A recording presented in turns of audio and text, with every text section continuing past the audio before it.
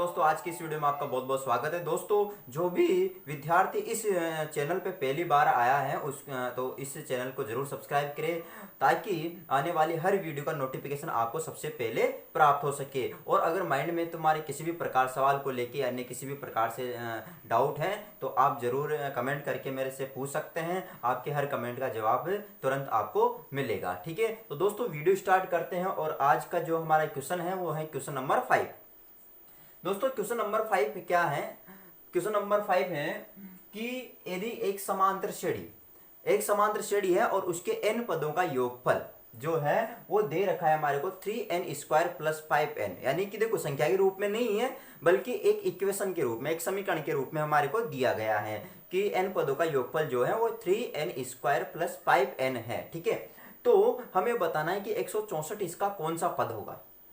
164 इसका कौन सा पद होगा, यानी कौन से नंबर पे आने वाला है, तो ये हमें ज्ञात करना है। तो सबसे पहले हमें यहाँ पर एक एपी यानी समांतर श्रेणी तैयार करना होगा। ठीक है, अब समांतर श्रेणी कैसे तैयार करेंगे भाई? इससे देखो ए और डी का मान दे रखा, पहला पद और सार्वंतर दे रखा होगा तो हमें पता है कि हम निकाल लेंगे समांतर श्रेणी। लेकिन यहाँ पर n पदों का योगफल दिया गया है और कुछ भी नहीं दिया गया है, तो हम कैसे निकालेंगे, समांतर श्रेणी कैसे बनाएंगे? तो सबसे पहले यहाँ पर समांतर श्रेणी बनाने के लिए आज आपको मैं बताना चाहता हूँ, तो इसको जरूर समझेगा। जैसे मान लो हमारे पास 1 2 3 और 4 इस प्रकार से एक संख्या दे रखी है, अनुक्रम दे रखा है। ठीक है ना, तो अब a को हम मान लेते हैं a1 यानी पहला पद, 2 को हम मानते हैं a2 दूसरा पद, और ये तीसरा पद, और ये कौन सा पद हो गया? चौथा पद हो गया। ठीक है, समझने की कोशिश करना। तो अब यहां पर हम क्या करते हैं, सबसे पहले देखो योग, इनको योग के रूप में अपन कन्वर्ट करते हैं। तो मैं अगर आपसे पूछूं कि पहले पद का योग हमें करना है, तो यानी s1 किसके बराबर होगा भाई? a1 के बराबर होगा, क्योंकि पहले पद का योग करेंगे तो वापस वही संख्या आ जाएगी। ठीक है ना, क्योंकि योग करने के लिए कम से कम 2 संख्याएं होना जरूरी है। अब s2 अपन करते हैं। s2 का मतलब क्या हो गया? 2 पदों का योग, प्रथम 2 पदों का योग।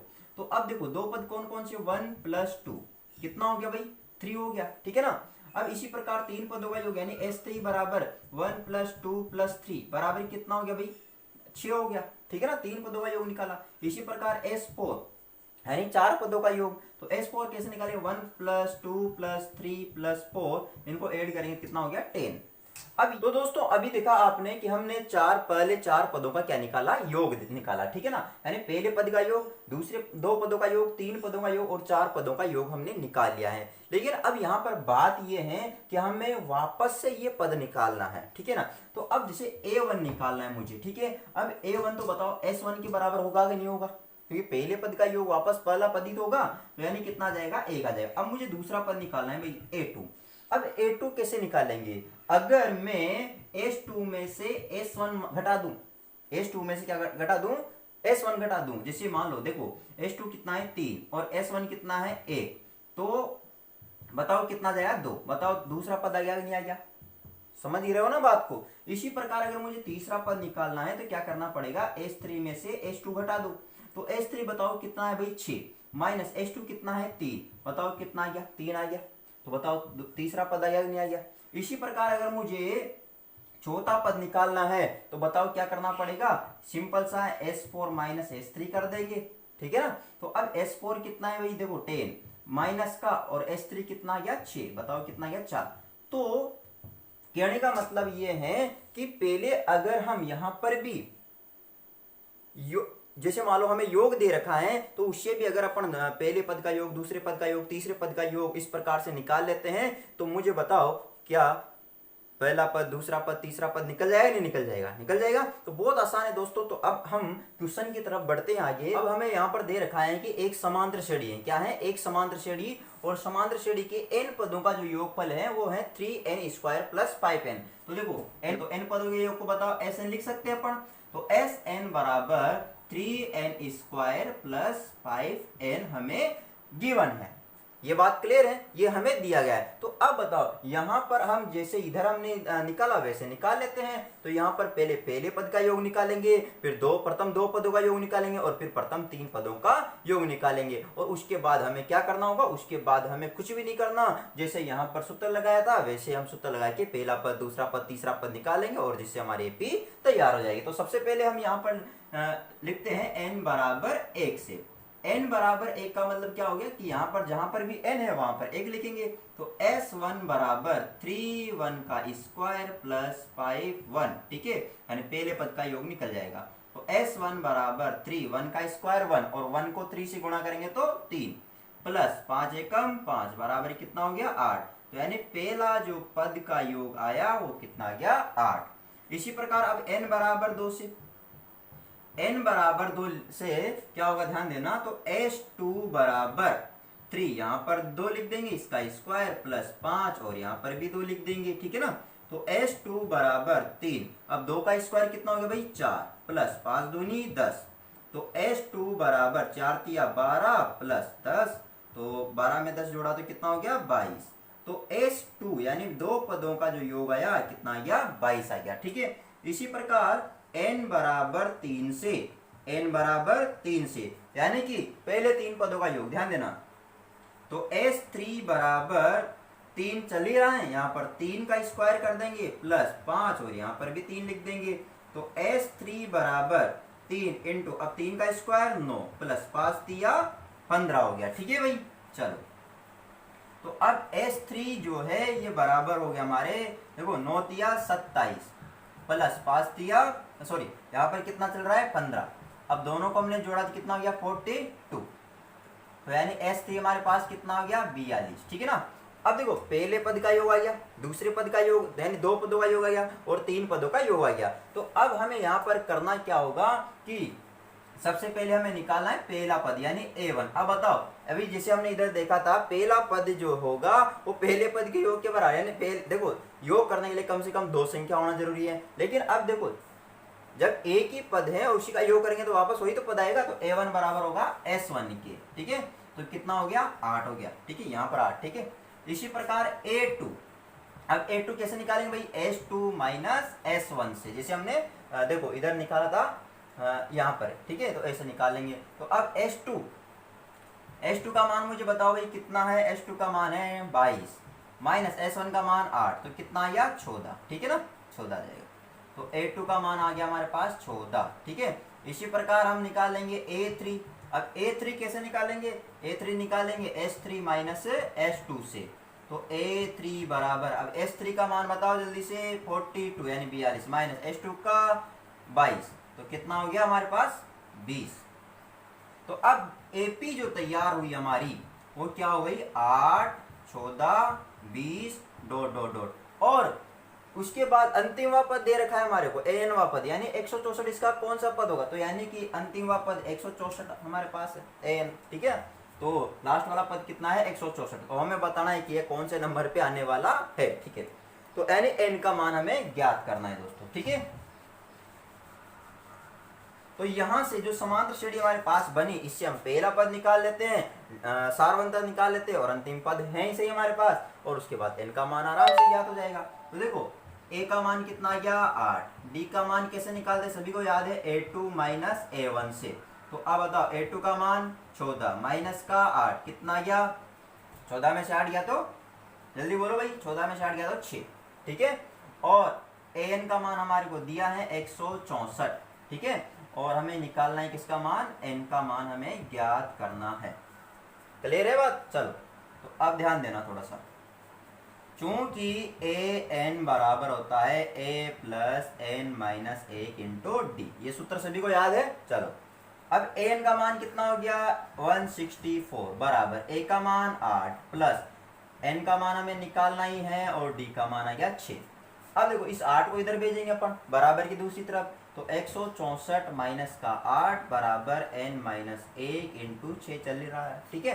अब 164 में से 8 गया तो बताओ कितना हो गया, कितना बच गया 156 156 बराबर n माइनस 1 इंटू 6, ठीक है भाई। तो अब देखो यहाँ पर जो 6 है ये गुणा में ही इधर आएगा तो भाग में आ जाएगा, तो इसको अपन ऐसे लिख सकते हैं n माइनस 1 बराबर 156 बटे 6। तो n माइनस 1 बराबर, अब देखो 6 का भाग दे लो, तो 6 कम 6 6 दूनी 12, 3 बच गया 6 चंग 36। तो n बराबर ये माइनस का 1 जब बराबर की उधर जाएगा तो प्लस का बन जाएगा, तो 26 प्लस का 1, तो n का मान कितना आ गया 27। तो हम यहाँ पर कह सकते हैं कि 27वां पद कितना होगा 164 होगा। दोस्तों क्वेश्चन नंबर 6, और क्वेश्चन नंबर 6 क्या है, ये भी बहुत इंपॉर्टेंट सवाल है ना, और सीधा तो बहुत है, कोई दिक्कत नहीं है, लेकिन इंपॉर्टेंट बहुत है ना। देखो यदि एक समांतर श्रेणी के प्रथम n पदों का योग, प्रथम n पदों का योग दे रखा है Sn, प्रथम n पदों का योग दोस्तों कितना दे दिया, Sn दे दिया, और हमसे पूछा है, देखो हमको दिया गया है कि S2n का मतलब क्या होता है, 2n पदों का योगफल बराबर है 3Sn, यानी कि n पदों का योगफल को 3 से गुणा कर रखा है। तो S3n यानी कि S3n का मतलब क्या है, 3n पदों का योगफल अनुपात Sn हमें ज्ञात करना है। ठीक है, तो देखो सबसे पहले जो गिवन है उसको लिखते हैं, क्योंकि हमें दिया गया है S2n बराबर 3Sn हमें दिया गया है। तो दोस्तों यहाँ पर हम योगफल वाला सूत्र लगाएंगे, ठीक है ना, ये ध्यान रखना। कौन सा सूत्र लगाएंगे, योगफल, क्योंकि देखो यहाँ पर 2n पदों का योगफल दे रखा है, यहाँ पर n पदों का योगफल दे रखा है, और दोनों को बराबर कर रखा है। तो ध्यान देना, यहाँ पर मैं योगफल वाला सूत्र लगा रहा हूँ, तो ध्यान से देखिएगा सवाल को, n/2 2a plus n minus a into D, ये योग का सूत्र होता है n पदों के योग का। यहाँ पर देखो 3 चल ही रहा है, ठीक है ना, और इंटू कर देता हूं मैं, यहाँ पर n पदों का योगफल का सूत्र होता है n/2 2a plus n minus a into D, ये समझना, ध्यान देना। अब यहाँ पर देखो n के स्थान पर क्या आ जाएगा, 2n आ जाएगा, तो यहाँ पर लिख दूंगा मैं 2n/2, और यहाँ पर 2a प्लस देखो n के स्थान पे यहाँ पर भी 2n माइनस 1 इंटू डी बराबर 3 इंटू, अब देखो यहाँ पर तो n पदों का योग, तो 3 तो गुणा में था ना बार, तो यहाँ पर हो गया n/2 2a प्लस, अब देखो इस d को मैं अंदर गुणा करता हूँ, तो nd माइनस का d, हल कर रहे हैं इसका अपना ना। तो अब देखो ध्यान देना थोड़ा सा, ये 2 से तो ये 2 खत्म, बराबर वाला, नीचे का नीचे से खत्म, और n से n भी क्या हो गया, खत्म हो गया, तो यहाँ पर बच गया बाहर 2। अब देखो 2a प्लस, अब ये d को भी अपन अंदर गुणा कर देते, हो गया 2nd माइनस का d बराबर, इधर चल रहा है 3 बाहर चल ही रहा है, और इधर है 2a प्लस nd माइनस का d, ठीक है भाई। अब इस 2 को मैं क्या करता हूँ, अंदर गुणा कर रहा हूँ, तो ये हो गया 4, देखो 2 को 2 से गुणा किया तो 4, और साथ में क्या है a, प्लस 2 को 2 से गुणा किया तो 4, और साथ में nd, माइनस 2 को d से गुणा किया तो 2d हो जाएगा बराबर। अब 3 को अंदर गुणा करेंगे, तो 3 दूनी 6a प्लस का 3nd, ठीक है ना, और माइनस का 3d। अब यहाँ पर क्या करते हैं कि जो a वाला पद है इसको तो इधर ले जाता हूं मैं, यानी इसको तो इधर और इन दोनों को इधर, तो ध्यान देना, समझने की कोशिश करना, ये 4nd जैसे का जैसा, माइनस का 2d भी जैसे का जैसा। अब देखो यहाँ पर 3nd प्लस का इधर लाएंगे तो माइनस का 3nd, ठीक है, और यहाँ पर 3d माइनस का इधर आएगा तो प्लस का हो जाएगा बराबर। अब देखो इधर क्या चल रहा है 6a, अब ये 4 है, इधर किसका था, प्लस का, उधर जाएगा तो माइनस का हो जाएगा, ठीक है, ध्यान देना ये। अब 4nd प्लस का और 3nd माइनस का, तो कितना बच गया भाई, nd बच गया, क्योंकि 4 में 3 गया तो 1 बचेगा, और 1 को nd से गुणा करेंगे तो nd माइनस 2d और 3d, तो अब देखो कितने यहाँ पर क्या बच गया, d बच गया बराबर। अब 6a में से 4 गया तो कितना बच गया, 2a बच गया। तो ये इसको अपन समीकरण नंबर 1 देंगे, जो कि हमारे आगे काम आने वाला है, ठीक है, ओके। अब हमें ज्ञात क्या करना है, ज्ञात करना है S3n अनुपात Sn। देखो अब हम लेते हैं यहाँ पर S3n अनुपात हमें दे रखा है Sn, ये दे रखा है, ठीक है, यानी ये हमें ज्ञात करना है। तो इसको मैं इस रूप में लिख सकता हूँ S3n बटा Sn वाले, क्योंकि अनुपात को बटे में भी लिख सकते हैं अपन, ठीक है। तो अब देखो यहाँ पर S3, यहाँ पर भी योगफल वाला सूत्र लगाएंगे अपन, ठीक है, n पदों के योग वाला, तो n/2 2a plus n minus 1 into D बटा, यहाँ पर भी बटा है, नीचे भी सूत्र लगा दो, n/2 2a plus n minus 1 into D.